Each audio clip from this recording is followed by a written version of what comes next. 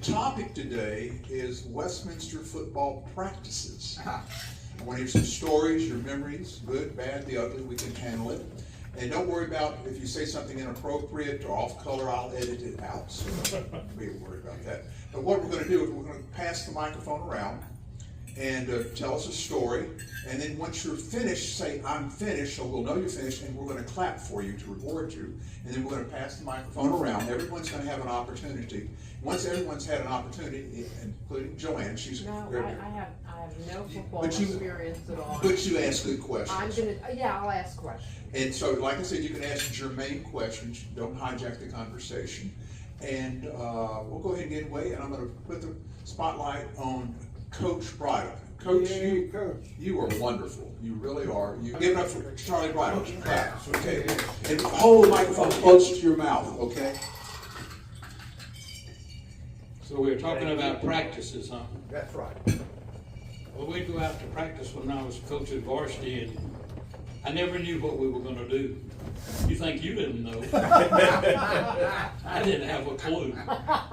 We did whatever Coach Break said. Because I ran the scout team most of the time, because I was scouted on Friday night, and I'd come back and draw up the plays the other team ran, and then I had the scout team, and Joe ran the defense, and I run the scout team offense. And I always knew if we had a little weakness in the defense, I would exploit it. Whether the other team ran that play or not, I would make sure we ran something like that. But and the practices they weren't a lot of fun, were they? No, the games were fun. The practices I don't weren't. remember any fun.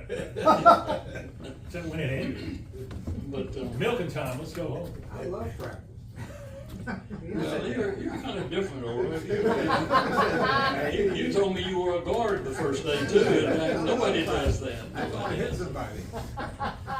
But the practices. I'm sure nowadays the playing is so sophisticated, and the scouting is so much, and you look around and these teams. I live up in Rabun County, and they take football very seriously up there, and they do it well.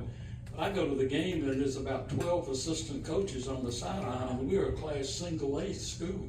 Wow. Most of those coaches are community coaches, but we had 4 coaches, and I probably saw 3 games a year because I was always scouting. Yeah. And what you can do now, I know when I coached with my son at Westminster, and he would tell me it was 7th grade, and he said, I'll have a video of the other team's game before I get home today. So they had a network to do it, so nobody scouted like we used to. But practices, I enjoyed them, and you could kind of, they got lighter and lighter during the week. And Coach Chapman would come up with a new defense or something that he was going to do differently. But like I said, I never was too sure of what we were going to do, except I knew I had the plays, and I can still remember the plays I ran for Marist. They had a student body left and a student body right, and things that they would do. I have a germane question. Okay. Did you have any input on which players started first string and which players were second string? In other words, you could say, we're not using Bruce Durkee like we should. Would you put him in he's second string but first string? Did you have any power at that? Was that all Coach Break? Absolutely not. Well, who made the decision? Charlie Break or Chapman? I don't know. Probably Chapman on defense and Charlie on offense. But they're the head coach, and if I'd have said, let Oral run the ball a couple of times, Break would have said, no, we don't do that. So sometimes simplicity is better like that. I know. I coached the 9th grade team, which was the class of 71, Huxford and Stratland and those guys, and it was absolutely wonderful. And I think back what was so nice was I had about 30 players, and Finswake was an assistant coach with me, but I did what I wanted to. And having 30 players, I know when I coached with my son one year, we had 78 players. Wow. 8th graders, you're playing 8-minute quarters, and you're trying to get people in a game, and that's not easy. Wow. And I had 15 wideouts to coach. So, And back in the day, I mean, on the varsity, Pass if you the weren't, pass the microphone. if you weren't gonna play, Closer. if you weren't gonna play, you weren't gonna be dressed. I mean, Oh, really? My senior year, we dressed, what, 30? Yeah. That's about it. well, I think they started the idea of everybody in the football program dressed out every Friday night. And, you know, it's kind of like to aspire to get to be a player, so you've got ninth graders sitting down there on the bench that, you know, unless a nuclear burst comes up, they're not going into games. And that's just, you know, different philosophies of coaches. So I'm not sure that I would agree that that's a good thing, because, you know, like you say, you know you're not going to play. right. Well, that lets the non-football players chase the girls up in the stands too. Well, that's what these guys want to do till they get to Something to look play. forward to. They need to have a fair shot at that. So, I know a lot of it has changed so much, and it's changed a whole lot in the last couple of years. Charlie, one more germane question. Did you receive any pressure from parents of players to play their son? Text. No, not directly. And you know, one of the efforts I made, I know when I was coaching sub-varsity, was I always had 2 or 3 or 4 guys that really worked hard at practice, and they weren't going to get to play a lot. And I would have them written on my chart, and there were certain times that I was going to get them in the game rather than going in the last 30 seconds. Right. So the last 2 minutes of the first half, if we've got the ball and we're somewhere around midfield and nothing's gonna happen, if Bruce had been one of these guys I'm talking about, I'd say, Bruce, go in that right guard. And we'd run 2 or 3 plays. He would have gotten the play in the first quarter, and it didn't hurt a thing. You know, you don't wanna put a kid in and say, you know, we're hanging on to a 3-point lead, and you're gonna put him in and they're gonna run a touchdown over him, and you know, you just don't wanna do that, but you try to get them in the game, so. And you know, some parents would show up at practice a lot more than others and things like that, but, you know, that's just part of it. Finish? I Bruce, you have the floor. Thank you, Matt. I got a couple of things to add to that as far as parents, you know, influencing the coach. Right. I was president of Catbackers, you know, when Rusty Hudson was there, so we talked a lot, and I also helped coach the JV lacrosse team with Jerry Wells for like 7 or 8 years. And the one rule that Rusty Hudson always had was you can talk to a parent about anything except playing time. If the parent ever asked, Put on pause now. What do you have, Brent? Come in. This is our Don't margarita turn it off. pizza. oh boy, What it is? Our With margarita pizza. With burnt edges, that's always nice. Margarita pizza. Okay, back to you, Bruce. You have the I floor. like it too. Thanks for holding close. So it was, playing time was absolutely off the table. You couldn't discuss that at all. And just sorry I can't talk to you about that. Go talk to Rusty Hudson, I guess, was a thing about that. My favorite, or my memories about practice, Yeah. by far my favorite memory is when I was trying to make the varsity. We're going into the 9th grade. We're over there at Fitzor in the springtime, and that's where I got my nickname Smiley.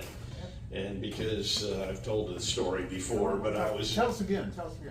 you know, we were doing grass drills or something like that, and all the seniors, like Houston's upcoming seniors, Houston Snavely and all that crowd, Forrest Simmons, they're all looking at me, and because they're looking at me, I can't help but smile while I'm doing these grass drills. Oh my God, they know who I am. I was the 8th grader going into 9th grade.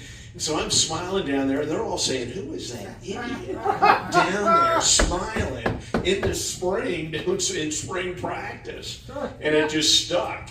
And so it's a good nickname. Somebody asked me yesterday, I saw him in the woods when I was walking, what's your name? And I said, Bruce, just call me Smiley. I said, oh, that's a great nickname. Yeah. But you But always are. yeah, that's right. Let So me it's say a- something on that. Yeah. You know, before the game started, when Bruce was the captain, we would go to the referees and say, now, if you call a penalty and talk to our captain, He always smiles. He's not a smart ass. He just smiles. So don't get mad at him and throw a flag on him for doing that. One of the my next door neighbor in Atlanta was Morris Harrison, who played for Georgia Tech and was an SEC referee. His brother was a high school referee. And I forgot who we were playing. I think it was Lakeshore, but we were playing at Westminster. And, I'm running down on a kickoff or something, and the piles, we're getting off the pile, and there's Mr. Harrison's brother. And I jump up and say, "Hey, Mr. Harrison, how you doing?" No. I said, "God damn, get out of here. Don't let anybody know I know you." But the second thing at practice was, I still remember, I think I was in the 10th grade. You're kind of excited about being on the varsity. And Chuck Malone, I think it was Chuck Malone, got hurt his knee. And he's coming over to practice. And he's on crutches. And Buck Chapman was having a bad day or something. But I admire the guy. Hey, he came all the way across that bridge, up the hill over to the summer camp. And Buck Chapman sees him, and he's not in his practice uniform, obviously. He's on crutches. And Buck says, "Get the hell out of here." Oh, yeah. Set him back. And I was like, holy smokes, this varsity's a completely different deal. Wow. Anyway, I'm finished. So let's give it up for Bruce. Robbie McLeod, class of 1970. Tell us your memories about football practice. Well, to pick up on one, is that right? Yeah. One more thing. I believe the Chuck Malone story was Rick Ryder was one of our good players, and we had a number of college scouts, coaches at practice. And we were doing, I believe it was Oklahoma, but it may have been something else. It was Oklahoma.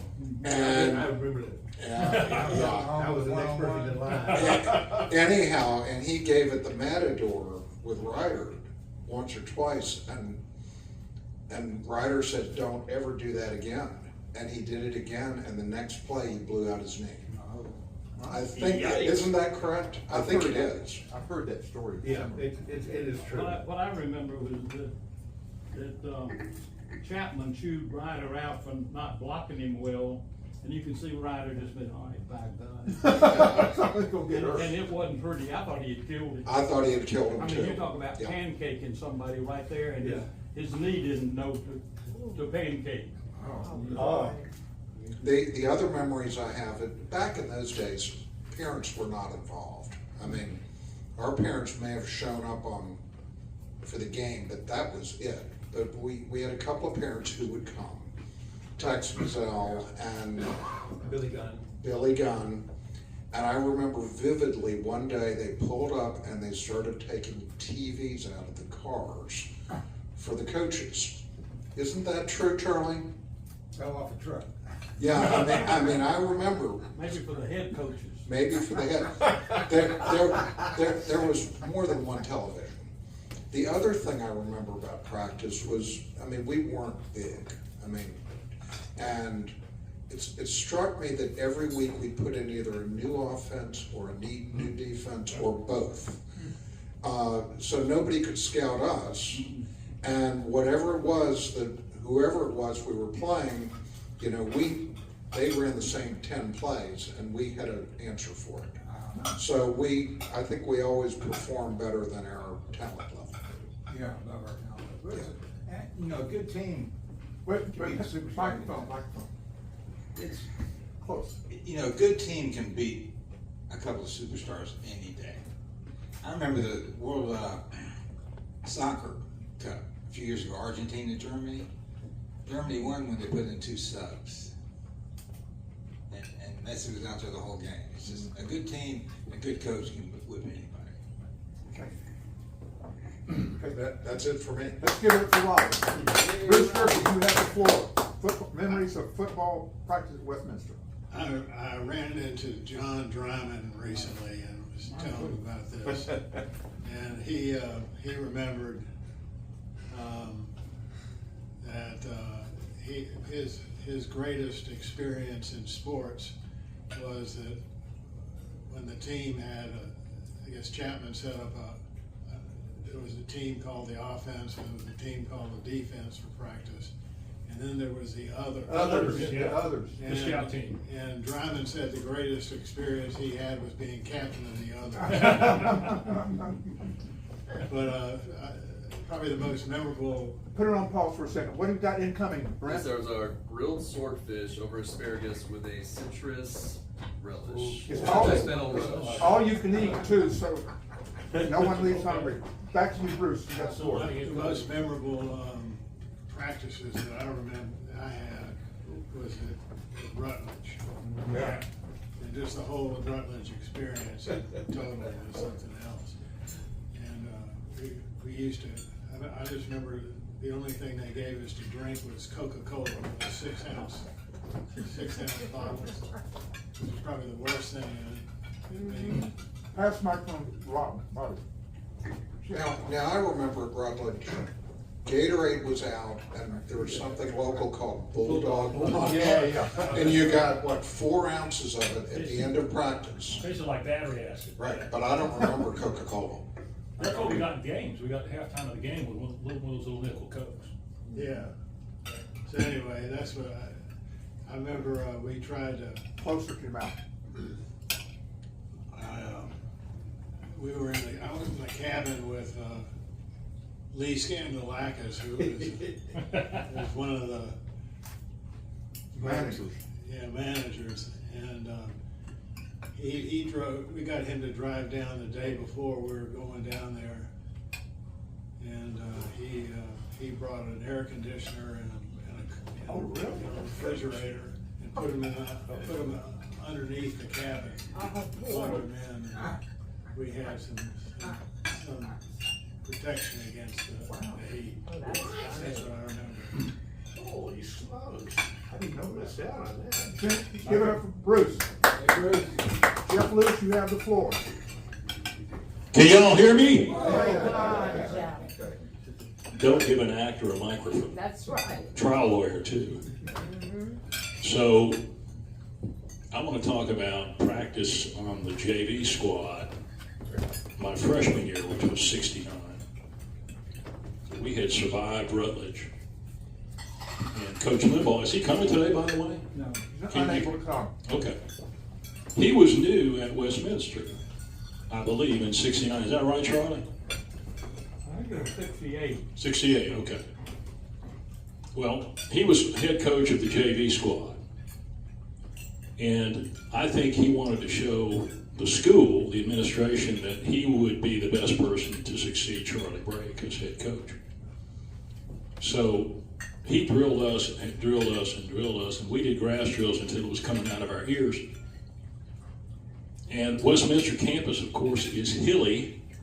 So every football coach loves a good hill because he's going to make those players run up and down that hill until their tongues hang out.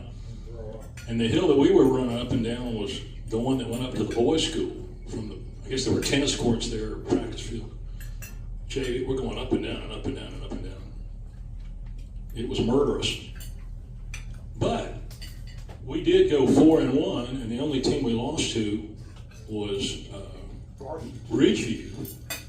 And they had 11th grade. They were a new school, but they went through the 11th grade. So we were playing their varsity, and we played them pretty good, pretty close. They had Matt Robinson, didn't they? No, he played for North Springs. Okay. They had Jimmy Robinson, who was a dynamic player. He ran by me a couple of times, like Tony Dorsett did a few years later. And you know, he played at Tech. He played wide receiver at Tech, and then he played in the NFL for a while. He was a great guy. So yeah, Limbaugh, he was tough. He was hard. He was fair. So I would say that surviving those practices, the Rutledge thing, and then with Tommy Limbaugh was harder than anything I ever had to do in college. Tommy Barwick. Let's give it up for Jeff. Tommy Bart, close your mouth and tell us your memories of. All right, is this funny? Yeah, that's good enough. Anyway, I was to talk a little bit more about Reed and that block. And there were two people that I respected as far as the Oklahoma drill. A little closer, a little closer. The Oklahoma drill, and Reed was number one, because you just, if you were in the wrong position or you got too high, you were being planted someplace. And the second guy was Gary Anderson. If you didn't hit him in the right spot, he would kill you. And so that's where, you know, the look that I had was, I had my ass up as high as I possibly could, and I was gonna drive my face into the mud and then straight back. Because I didn't wanna give Gary or Reed any room, other than if he's gonna beat me, he's gonna beat me there, and not like 30 yards down the Put it on down Paul. the pipe. What do you got for us? This is our Brett? midnight pasta. It has anchovies, garlics, lemon, breadcrumbs, and pomodoro underneath. Midnight pasta? Mhm. So we go into the refrigerators at midnight when we're depressed and just start shoveling it. Thank you, Brent. You're welcome. Back to you, Tommy Bark, you have the floor. Well, my short-term memories are kicking in, so all the funny lines are gone. Anyway, that, and then I guess the last part, I still have this newspaper clipping, getting ready for the championship game, and Thursday practices were just running through the offense and so forth, and there was I think the news came down and took a picture of us, lined up and you know, no shoulders, and we looked really small. We were. We were. Anyway, it's been fun thinking about these old times. Thanks. Let's give it up to Tommy. Laura Wells, medical doctor from North Carolina, class of 70. Tell us about your memories of Westminster football practice. Well, it was all new to me, and I just remember being the only guy in high tops. They had to order a helmet for me special. It was 7 7/8. Nothing else would fit. Wow. I wore that my whole career, and it was cracked in 2 or 3 places, and I had to repair it, which probably explains some of my brain issues I have now. Oh, my. My favorite drill was Oklahoma's where you just one-on-one and down position you go. Loved it, because I just loved to hit.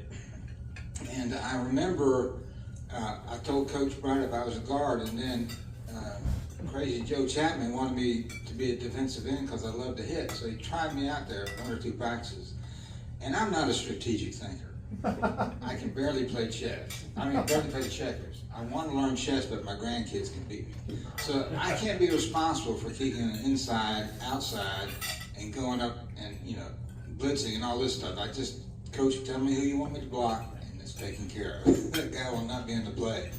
So I had 1 or 2 glory practices at defensive end until I realized this guy can't think on the street. Just let him hit somebody straight in front of him and it'll be fine. And I did love practice because that's where I got most of my playing time in. And where did we watch film after the games the next We week? never watched films. We did sometime. We didn't, no, I didn't go to that. We did. There was a small group who would go down in the coach's office and look at that real thing. Well, for some reason, I saw film, and Brake or Chapman was going crazy. I wasn't close to Brake. I didn't know him well. And Crazy Joe, I just never got. But we were playing away, and I was a left pulling guard, and I pulled, and my guy wasn't there, so I went into the hole and ran into the linebacker, and the coach went crazy because they thought it was intentional. On film, it was just a total mistake, but they thought I was out there doing well. It was a great experience, and I know all the work that goes into it. And then Willie was our locker guy, the cage guy. Little Willie. He helped me keep that helmet going because they weren't going to order me another one. It had to last the whole time. And I don't know if y'all remember, I had some rubber arm pads. Yeah. I just kept repairing year after year after year. And so I was working with very old, decrepit equipment, but enjoyed myself. Give it for more up. Scott Morris, memories. So our senior year, we won the state championship, right? And Tommy Barwick was all-state, and he and I would walk from the locker room over to Fritz Orr. Do you remember this? And we would walk the entire season going, "I'll quit if you'll quit." Sometimes Bruce would join in too. Yeah, Kaufman, yeah. All right, so I was the quarterback in the 8th grade. You may remember that, maybe not. I do. And then Presley came in the 9th grade. And then in the 10th grade, when we're, at spring practice, the ball got bigger. My hands did not get bigger. And so Chapman is back there, and Gennard is 40 yards down the field. I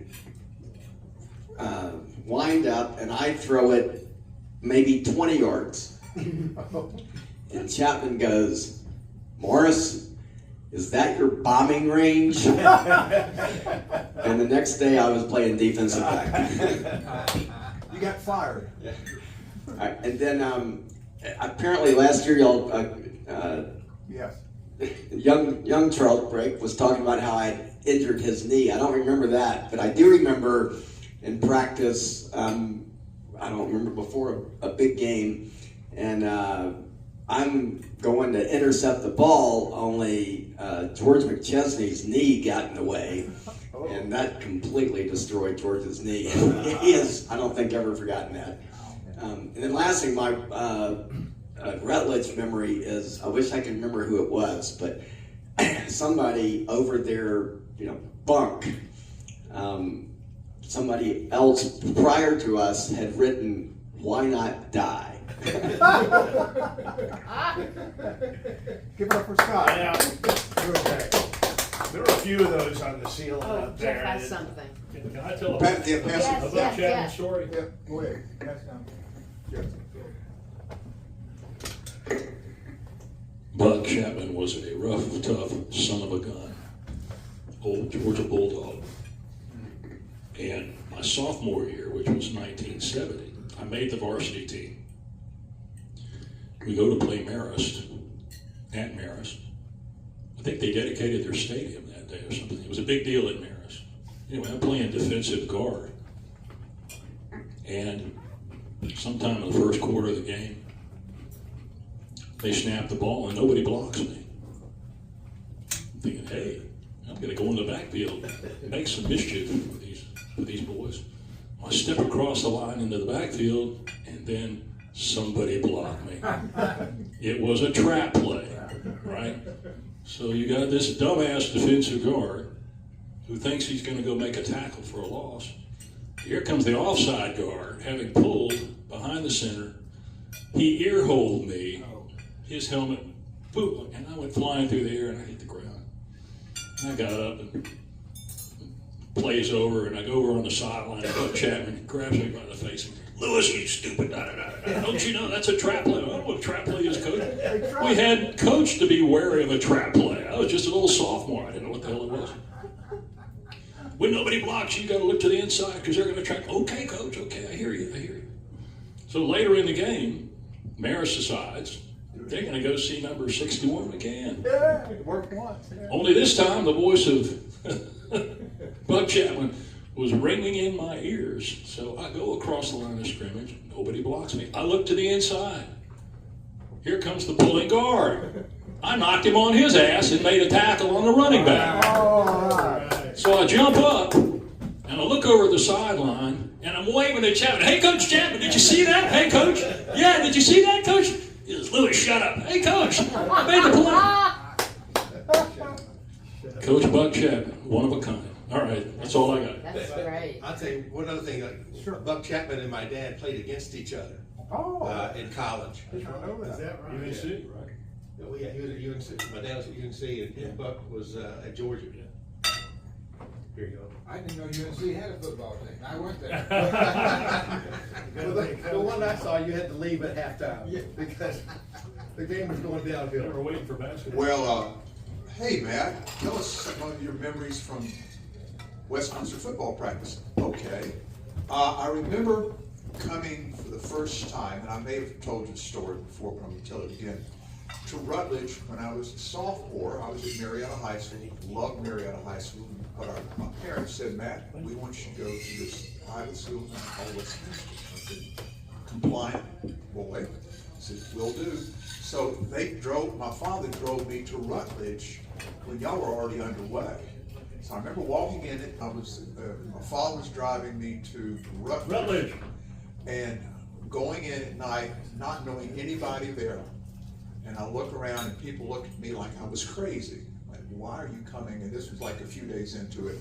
And I remember the two people that were nice to me, Gary Anderson and Tip Swisher.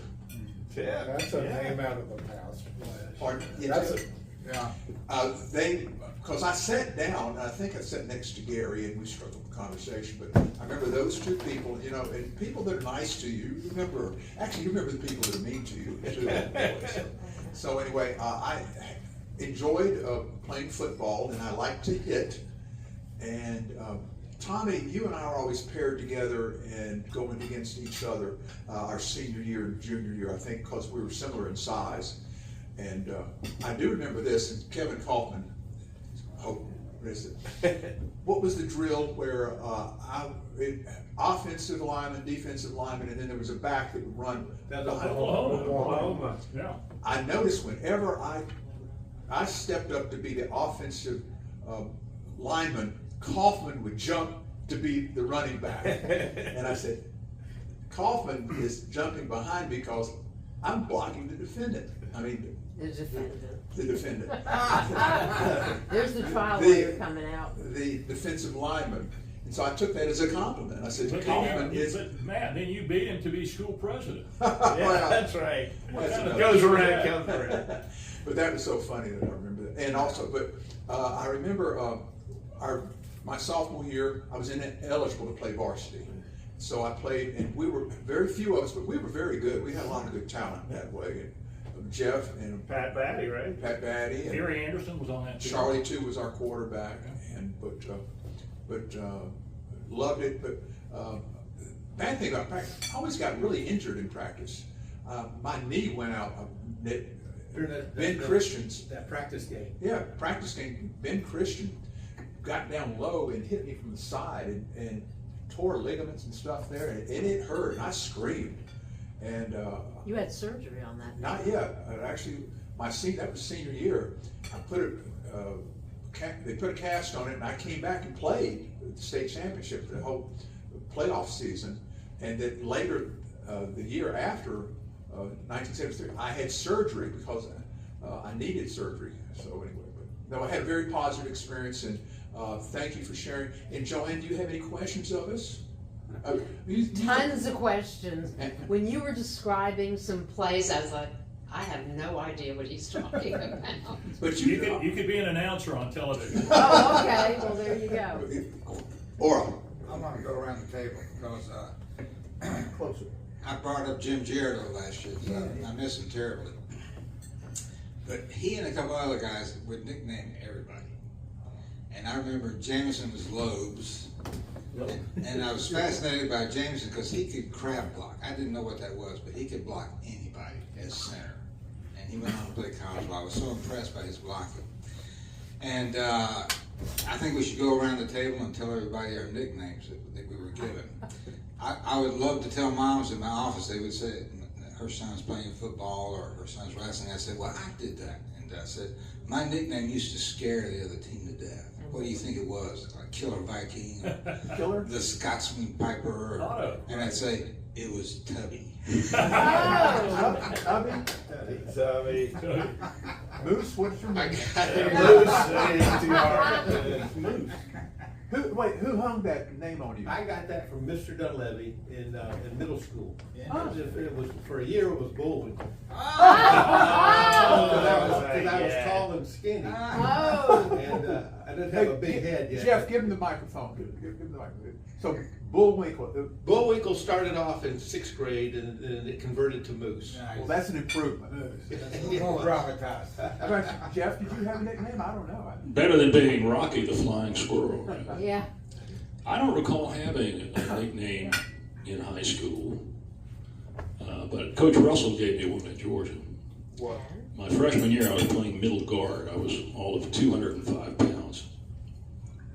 And he named me Pinball because of my pass rushing technique. When the other team's quarterback dropped back to pass, I would run and, hit the blocker, and I would bounce off of him. I would bounce backwards and then come around and hit the next guy and bounce backwards. I never got through to guy out the quarterback. He thought I looked like a pinball bouncing around off of those guys. Yeah, that's my college nickname was Pinball. Bruce, how about you? Stork? I can't remember who gave me this nickname. Stork? It was the Mad Stork. Mad Stork. I used to run a defense, run in there and try to knock the quarterback for a loss. Yeah. There was an NFL Yeah, player, yeah, Ken right. Hendricks. Yeah, right, he was the Stork. The Mad Stork. He played in for Miami. And that was. Okay, Robbie, I think so. microphone close, yeah. Nothing interesting. Robo, I think, Yes, popped it up was. It was. because there was a car wash called. Oh, Rob. It wasn't much good. Bruce? Everybody knows. Smile. Did you have a nickname for yourself? I mean, someone. Bear. Yeah. The Bear, yeah. Yeah, the bear stuck pretty well. I mean, it was still there when I left 30 years later. But and one day I just started coaching football, and they called me the Bear. Bear Bryant's in his head, and I get all puffed up. So I asked one day, I said, "Why do you guys call me the Bear?" And Joe Hodges, you remember Joe? Yeah, basketball. Hodges said, "Coach," said, Sugar Crisp and that little bear on the front. Sugar Bear. Said, looks just like you. Oh, And for my 30th birthday, which would be 56 years ago, Monday, my birthday. oh, happy birthday. The class of 71, that was a bunch I had playing 9th grade football, Huxford and those guys I was talking about. They gave me a cake with a little bear on it. Oh. I still have it. Oh, that's so sweet. It's on the window above my sink. Oh, Sitting on the windowsill, it's about that tall. that's sweet. And I used to have it on my blackboard when I had a classroom. And people thought, "How did it fall off?" Well, I glued it up. It didn't fall off. Yeah, that name, everybody, I mean, boys, girls, whoever, it wound up. If they liked me, they called me Coach Bear. Otherwise, they'd call me just Bear. It stuck. Showing your nickname I playing didn't football? have a nickname. Oh, okay. Well, I didn't have a nickname playing football, but I had a nickname wrestling. Other wrestlers called me the Swede, like I was from Sweden, because I had blonde hair, and so that was a comment called the Swede. If I become a professional wrestler, I could parlay that into money. But okay, now I'm going to pass around. Does anybody have any follow-up questions? Yeah, so my nickname. So thank God this nickname didn't last. But after I injured George McChesney's knee, no, but it's close. So I'm wearing plaid pants one day, which back in the day that was good. And so George started calling me Checkers the Wrecker. That's good. I like Yeah, I don't remember that. Now, I'm going to open up. Does anybody have any follow-up? Another story? Yes, Bear. What Ora talked about with Jameson blocking. Yeah. I mean, we were running Oklahoma drill one day, and Jameson didn't do all that well. He looked at me and said, "Coach, can I snap the ball when I do it?" I said, "Nobody wants to snap the ball when they block." He said, "I do." He never lost again. Wow. I mean, put the ball in front of him. He'd been a center all his life, and let him snap the ball, and he could block anybody in the world. He was amazing. He was. He was. He's like a machine. Well, And he has last a week, crab I'm block. sure. Yeah, I've never seen it. He goes sideways. Bobby Jameson.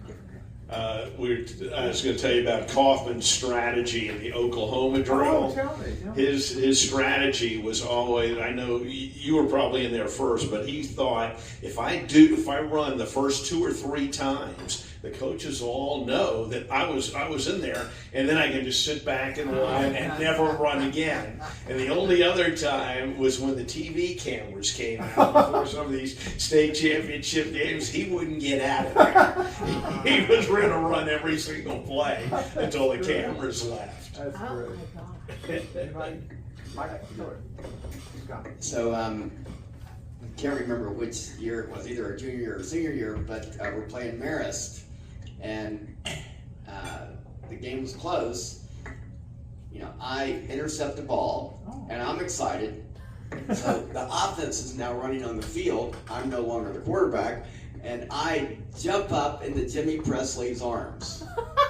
He's completely unexpecting this, and I just like cut his lip to the point where like I just injured our quarterback, so he won't play. Oh my gosh, that's. Thankfully, he kept playing.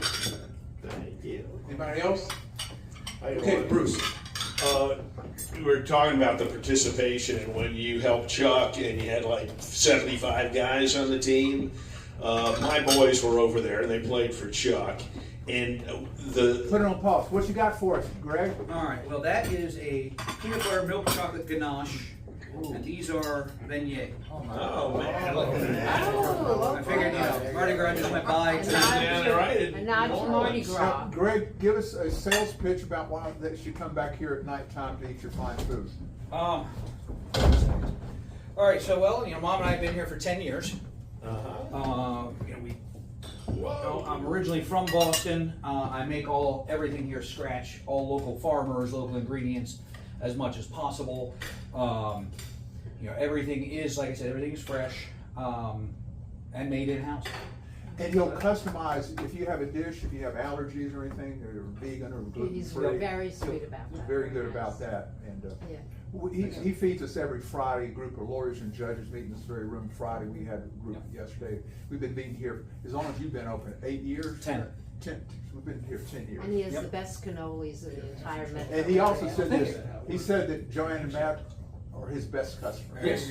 Yeah, they've been my best regulars. When we first purchased, we purchased and kept the previous name, and then we closed down for a few months. It was supposed to be only a few weeks, but it was a few months, and Matt brought his Friday lunch group in anyways. We fed them pro bono.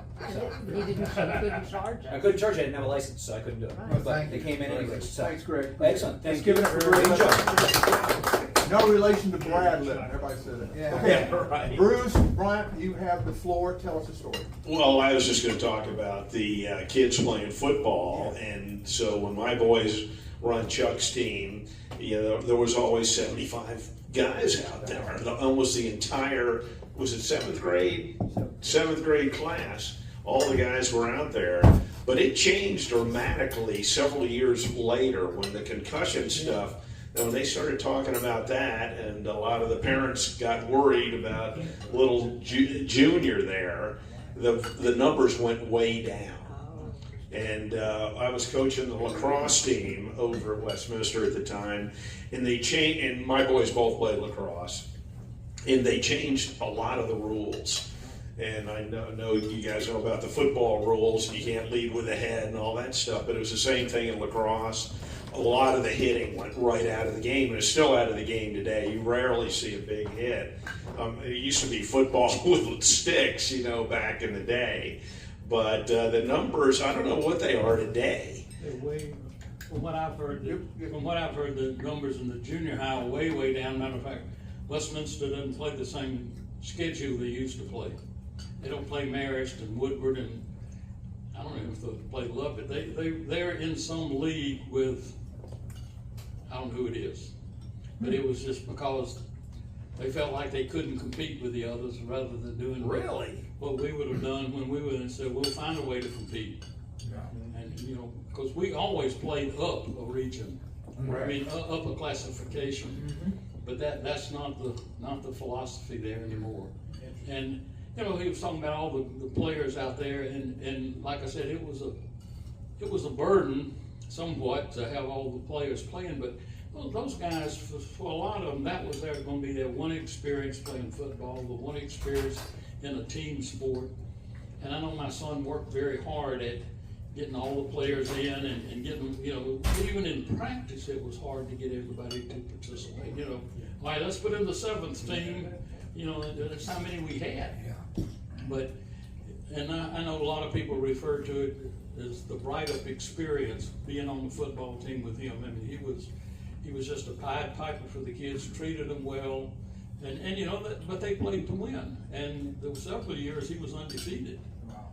And you know, he had some talent, but, and maybe, I do say that other schools though are, you know, Woodward and some of those schools are really pushing football like that, so much more that, I don't know what the answer is to it. I'm sorry that there's some little guys in the 7th and 8th grade that aren't playing football now because they're just. Well, let me ask this, I don't know, what sports are getting that, soccer, lacrosse, what are they doing in place of football? You don't know? Probably nothing. Yeah. And wrestling's way off. Video games. Wrestling's died at Westminster. It's starting to do a little better, but What would you like? wrestling was dominant for years. The chocolate sauce. And then Kiefer left, and it has not been competitive. It's I too know, bad. I know Rob Warren will worry. Wait, let's do the microphone, please, because. A quick story Yeah, about, closer. a quick story about Coach Chapman. Yeah. You may remember that he couldn't remember all the players' names. and one of the stories that Dryman, I forgot, told me is that he couldn't remember the captain of the other's name. And one day at practice, there was a Moncrief air conditioning truck. And he called, he said, Moncrief, go in there and play, you know, linebacker or something. And so Dryman couldn't figure out who Moncrief was, and in the process of elimination realized it was him. Now, I want to give the microphone to Coach Bear, because he's going to do a follow-up to that very same story with more details. Tell us, you told us before, tell us again, I've forgotten 90% of what you said. Go ahead. What am I doing? No, you're following up about Moncrief, about his nickname in a bank teller. Right. My daughter Julie, and some of you may remember, she was class of '84 at Westminster. Well, after she graduated from Georgia, went to work for a bank, and she was talking. We were just having a conversation one day, and she said something about, I've got to see she was in private bank, and she said one of my customers Monday is John Dryman. I said, Dryman? Did he go to Westminster? She said, I don't know. I just know it's John Dryman. And I said, well, when you talk to him Monday, ask him about this alias you've heard he's used of Moncrief. So she did. She said he just said, what? How did you know that? She said, my dad told me to ask you. He said, who's your dad? She told him who it was. He was just blown away. That's funny. Never get away from it. Yeah, I never got away from Tubby. Anybody? Yep. Pass it down to Bart. Moose. Bullwinkle.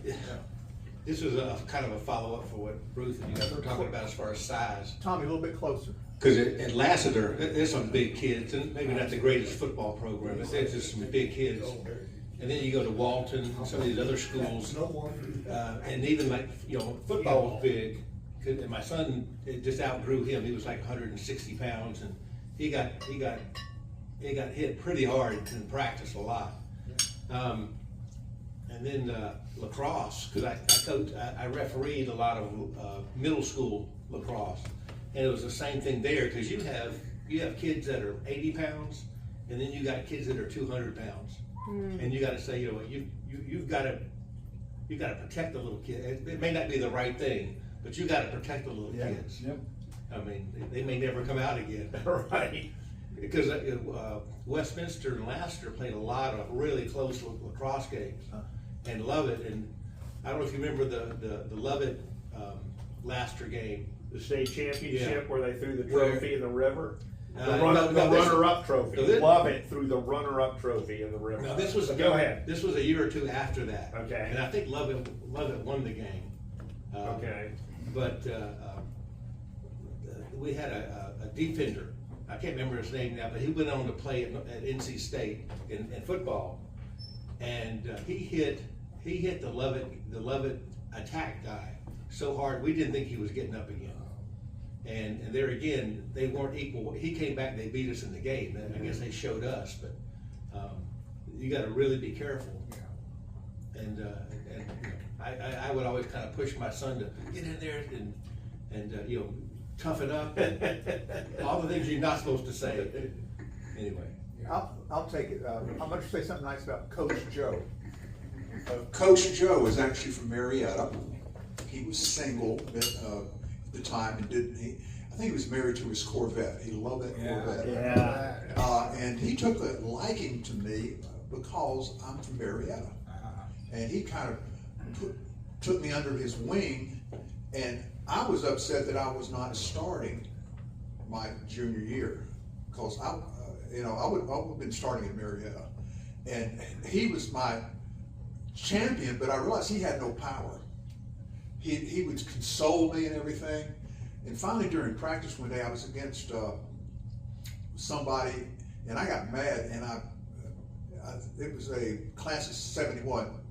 Mike, big redheaded guy. Hazel. Mike who? Mike Hazel. Hazel, Mike right. Hazel. And he didn't know how to play football that way. No. And he was against me, and I slaughtered him. And what happened was that Chapman said, "You get out, Flournoy, you're in." So I right on the spot, I took his place because he had not played in the past. And he and Dryman were good friends. Who? Hazel and John Dryman were good friends. Mike Hazel didn't come to, he wasn't at Rutledge and all that. Who is? Mike was the younger Mike brother. Hazel Bob passed was- away. There was a Bob Hazel too, he had an older brother. He was 7. Yeah, Bob. Mike Hazel died a few years ago. Yeah. Yeah, but anyway, so Coach Joe was nice to me, actually, Jeff Lewis, Gary Anderson and I went to Coach Joe's funeral out in Paulding County, so I remember that when he passed. Well, we wore our letter jackets too, Tom. Yeah, go ahead, pass this down to Tommy. There was a I guess I went to the. There was a photo that I have on my desk that we all took at the monument there at Westminster. It was for Coach Break at the end zone. Yeah, they rub it. Yeah, what was that? What was that? Where the for? water fountain is? No, it's like a busk of a head. That you touch it. It's good luck, kind of like Clemson does that, I believe, something like that. Is that what it is? That's for? Yeah. Okay. It's dedicated to Charlie Breithaupt. Because I know you're in the picture and Matt's in the picture. I know I am. It's right behind the goalpost where the Yeah. flag is over there. Yeah. There's one there for women Creole too, I think. Is it Creole? Is that who? I know they tell people that they're buried there, but. So I remember, Coach Joe taught science, like in the 8th grade, I think. Yeah. Maybe not the best science teacher in the world, but he also taught like weightlifting or something. And back with the old gym, and there was a little room off to the side. And I can't remember who did this, but if you got on his bedside, he would make you bend over, and he's going to give you this big swat on the backside. Do you remember that? No. Are you nobody? You got it. Well, anyway, it was either you, me, or Kaufman. I can't remember what it was, but like we're in his, he's going to make us bend over, and then. Whichever one of it was, we took a weight and put it in our and then we had to run a lot, is what I remember after that. But you don't remember that? No, it was you were Kaufman, I know. I transferred from St. Christopher's up in Richmond, and they did have corporal punishment. You got out of line, they had the board of education, you bent over, and they whack your ass. So Mr. Shields caught me doing something, and he calls me in his office, and he's going to give me 10 detentions or something. And I said, I'm just not used to that. Up at St. Christopher's, they just hit you. And he says, Bruce, I'd love to hit you. I would love to hit you. But if I hit you, your father and your mother would be down here and I wouldn't have a job tomorrow. And I said, I'll make you a deal. I'll let you hit me if you take away all my detentions. And he said, what? And so we're sitting there doing that part of the deal thing. And he says, yes, but he leaves the room, so I get all these papers and stick them down my pants. St. Christopher's knew, let's get that stuff out of there. So he hit me a couple times. I was like through with detention. I'm out of there. He didn't even hit me that hard. That's so funny. Robbie. So my Coach Joe's story, and I was probably in high school. He had that 3rd floor science room, and somebody sassed him, and I don't know who it was, and he picks him up Oh, yeah. by the shoulders and hangs him out the window on the 3rd floor. No way. Oh yeah. And he said, "Are you ever gonna do that again?" And he said, "Oh, no." But can you imagine if we did that in this town? But it was, it stayed with me. Yeah. Wow. Yeah, I guess so. No kidding. You know, I mentioned earlier that I did a lot of scouting. Well, I came to Westminster, I went to Rutledge before I started teaching. I'd been hired, and you know, in those days, all the men were on what Dr. Presley called the long day schedule. It meant you did something in the afternoon, and I said, well, I'd like to coach football. You know, I'm familiar with that and played a little bit. And I said something about wrestling. I said, I don't know anything about it. He said, well, Charlie, we have a perfectly splendid book in the library. Between the perfectly splendid book and Leon, I learned the wrestling. But so I go to Rutledge, and I go to Rutledge really because Coach Ulrey's there. And Ulrey and I went to high school together. And we'd kind of been in and out of contact during college, because I'd been out of college 5 years before I came to Westminster. So he said, well, come on and go to Rutledge. So I rode down there with Tom Martin's parents, and I just show up kind of. And so we get through Rutledge, and Coach Brake says, I was going to coach JV football with Van Leer and McElvain, crazy McElvain, Jesus Christ. But he says, I want you to do scout with Joe. I said, okay. And so Joe says, okay, I tell him I'm supposed to go scouting with you. And he said, well, I'm late at about 3:30. I think 3:30, the game's at 7:30, and it's in Lawrence. Maybe we can make it. Getting his Corvette, we're there in about 4 minutes. And so it's about 4:30, 5 o'clock in the afternoon. The game's at 7, no, it's at 8 o'clock then they play. So Joe says, I'm going to go down to the drugstore, and he goes in, there's a soda jerk back there, and Joe starts grilling him a little bit. Is your quarterback pretty good? I'm sitting there thinking, what is this? And we're the CIA, we're interrogating people in the town. And so we get there, and we got our notebooks, with our little diagrams. We've printed off the formation. Yeah. And Joe turns to me and he says, don't talk to me till halftime. I got to concentrate now. What am I going to do? So, I won't say a word till halftime. The second half, he goes goes to the end zone, and what he really likes to see is what kind of spread they're taking. Is the guard taking a two-foot spread, or what? He puts all that together. Then he comes back, and in those days, we would get a film. And Joe would sit down there in his office with one of those, how you watch a film with those two? You're just watching the film through a light. Right. And if a guy ran around in, Joe would count how many frames it took him to get around in. Wow. And less frames meant he was faster. But I can remember him coming to practice, and we'd have some defense in it, and Joe would say, no, that guy made it in 12 frames, and then they make go, wow. What the hell? I just didn't know him well. He just seemed Joe would know more about another team. Now, whether anybody listened to it, there were some things you probably didn't really need to know, but he was really into his scouting, and he was good at it. And I think that gave us a real advantage, because I don't think I have a question other for you. people scouting. Is it true that he wanted to be the head coach, football coach at Westminster, and expected that? I always heard that. Is that? I never heard him express any aspiration for that. He married later in life. Right. He came to Rutledge when we had that gathering down there. Do you remember that? Oh yeah. Yeah, he was there then. The Rutledge reunion. Yeah. And I think he moved to Florida. I know Chip Wisdom kept up with him a lot. And Jeff did. Well, we kept up. Did you? Yeah, I think he was hopeful that, he and Tommy Limbaugh, I think they both were thinking they had a shot at being head coach. And Joe was disappointed. Pass it down to the microphone. Okay. Pass it. Jeff, you got the floor, Jeff. Both Tommy and Joe were disappointed when the announcement was made that the new head coach was someone who was not on the staff. Right. It was a guy named Bernie Blaney, who I think was from Virginia, is that right? North Carolina. North Carolina. So Joe told me that he lost his job at Westminster because my senior year, which was 72, we went down to Savannah to play Savannah Country Day. Don't abuse me about it. The home team had home team referees, I'll put it that way.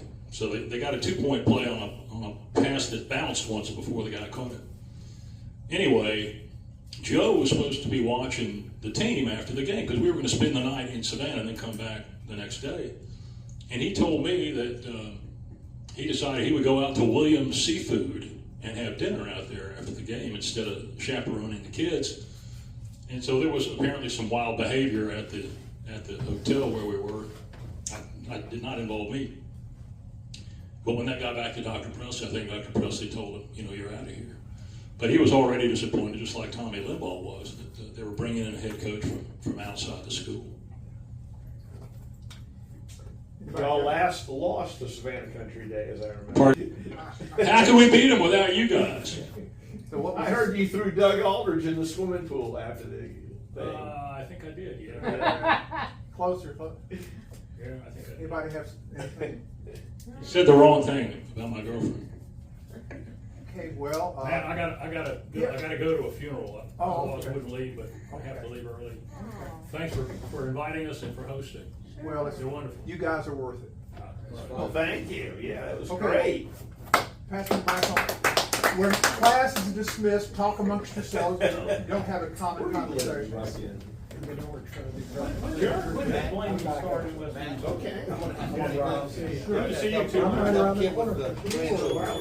You're around the Take some of the food. I live next to the Lubbock football field.